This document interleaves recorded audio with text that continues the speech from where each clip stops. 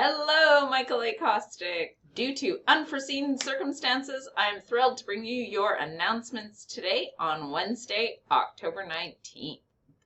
This is Ms. Fletcher. Announcements for today. We have Div 2 in the big park. Our milk order has arrived. We will have both chocolate and white milk for lunch today. Please walk on your way down.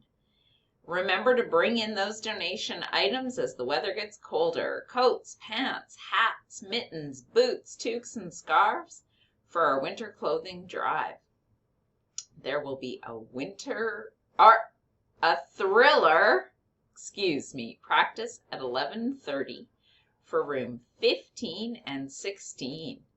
Thank Mrs. Cooney. She is volunteering her time to support this awesome activity. Today our handbell group is meeting at 11:30 in the music room. Bring your lunch. This mug was left at the race on Saturday. So if it is your family's mug, come down to the office and get it. Happy birthday to Maggie in room 12. All right, joke of the day. What do you call a large pile of leaves? The Great Barrier Reef. All right, have a fantastic day, Michael A. Kostick.